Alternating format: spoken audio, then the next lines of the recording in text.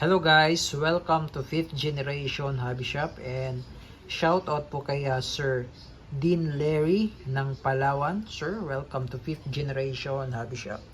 This is the 2011 High Kappa T-Rex Airsoft Pistol made in Taiwan by WE Gas Blowback Airsoft Pistol. 30 rounder capacity magazine. Yan, naka-magwell na. Stapled grip. Pwede mo rin siyang lagyan ng flashlight, tracer units, ambidextrous na yung manual safety, kabilaan na po yan. This beaver tail, extended beaver tail, fiber optic sight, front and rear yan. Yan, with markings. Yan, WE T-Rex semi-automatic all black. Oh, ganda. And this is the magazine. This is 30 rounder capacity. Out of the box, it comes with the mounting plate. Ito yung para sa red dot optic, sir. In the future, kung gusto mong lagyan ng red dot optic, kakailanganin mo yung mounting plate. And also, of course, the owner's manual. At syempre, may kasama yung gas. Pop Dyno, green gas. This is number 12 standard power. So, may nagtatanong kung pwede po ba yung number 14. Pwede po yung number 14. Wala pong problema yon sa number 14. Basta pag number 14 ang gagamitin mo, mas maganda kung meron ka ring 12. Ang number 14, ginagamit lang yon pag malamig yung magazine. Kasi pag malamig yung magazine, humihina po ang blowback. So, mas maganda kargahan mo siya ng number 14. Pero pag normal temperature, wag nyo pong kakargahan ng number 14. 12 lang. Standard. Okay. Kaya mas maganda, meron kang 12, may 14. May 14 ka rin. And syempre, yung bala is meron siyang libre na 0.23 grams, 4,000 shots yan. Yan. Ayan yung mga kasama sa package. At syempre, meron pa yan, silicone oil. So, mamaya, i-lubricate po natin yung mga valve. Yan, okay? Sa magazine. Ayan. So, again, this is the WE. Ito yung kanyang box. Papakita ko lang sa inyo. WE 5.1 Type R. Ay, sorry, it's not Type R. WE 5.1 T-Rex. Sorry, nalito ako. T-Rex, ayan. High Kappa T-Rex. Ito yung brand, ito yung model. Ayan. Black gas blowback made in Taiwan. So, ayan yun. Diba? Ganda. Okay, so ngayon po, hihigpitan ko po yung mga valve nito. Dalawa po yung valve nito. Ito po yung outlet valve. Ito naman po yung inlet valve. Yan.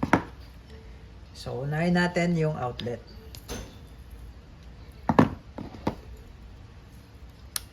Bawas lang tayo ng konti sa silicone oil mo, sir.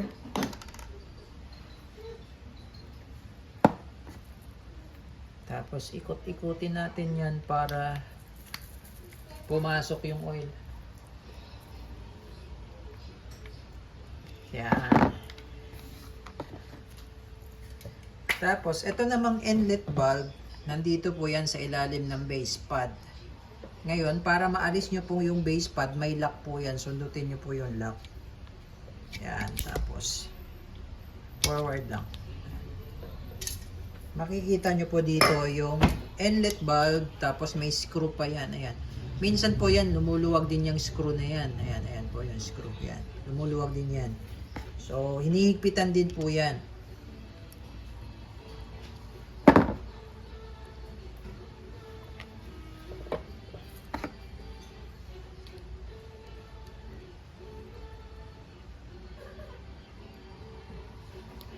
Tamang higpit lang din. If ever naman meron kayong valve tool, wag nyo pong todo higpitan kasi pwedeng maputol to. Tanso lang kasi yan. Yung mga valve na yan.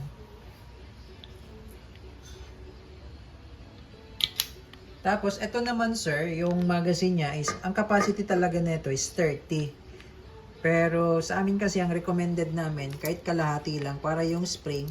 Kasi alam naman natin, pag lagi nakakompress ang spring, katagalan lumalambot ang spring. So, mas maganda hindi siya sagad. So, load tayo ng gas. Sa gas naman po, 3 to 5 seconds lang ho.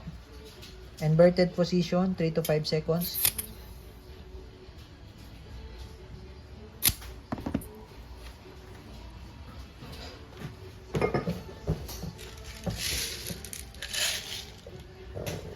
Load naman po tayo ng bala. Ito po ay double stack.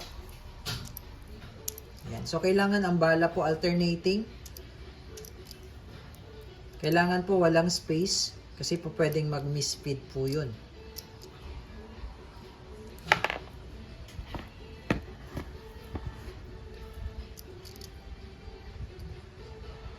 Yan, 11 rounds. Yan. So, ito po pala yung manual safety. Yan yung manual safety. Ayan. So, kailangan po bago nyo po ma-enable yung manual o yung safety, kailangan ikakasan nyo muna or kailangan nakababa ang hammer. Ayan. So, working siya. Safety off. Ayan. Ito naman po yung beaver tail. So, once hindi siya nakapush, kahit kalabitin, hindi rin siya puputo. Kahit naka-safety off. Ayan. So, matik yan. Pag hinawakan nyo yung grip, matik yan. Nadidiinan po yan. Ayan. Okay, so testing.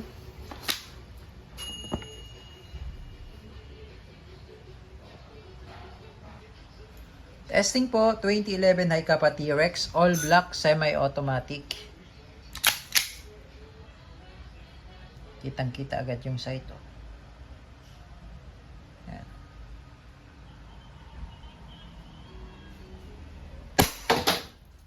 Diba?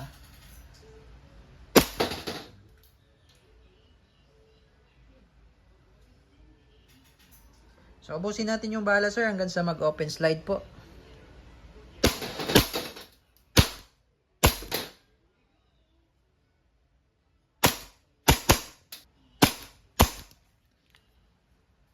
Okay.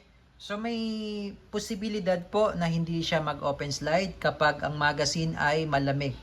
So kapag continuous ang gamit, lumalamig ang magazine. So kapag malamig na ang magazine, possible hindi siya mag-open slide. That's normal po. Huwag po kayo mag-alala. Normal po yun. So kailangan nyo lang, ipahinga nyo lang ang magazine hanggang sa mag-normal. Ito, lumalamig kasi ito pag continuous yung gamit dahil sa gas. Okay, ngayon sir, huwag nyo pong idadrop yung slide. Para maiwasan din natin yung pagkapudpud ng notch. So, ang gawin nyo, itulak nyo lang ng bagya. Baba yung slide. Then, baba yung slide, stop slide, release. Then, release. Kasi yung iba kasi, dinadrop lang nila. Ayan, ganyan. So, masama po yun kasi ito pwedeng itong mapudpud. Kasi hindi naman to real steel Metal siya pero hindi siya real steel na talagang katulad sa mga totoong baril na matitigas. Okay? So, ganun lang. Tulak mo lang siya ng bahagya para nasa gitna yung slide, stop, slide, release. Then, baba mo siya. Then, alalay lang kumbaga. Okay, hammer down. So, all goods na tayo, sir. This is the 2011 Hi-Capa T-Rex All Black Semi-Automatic by WE.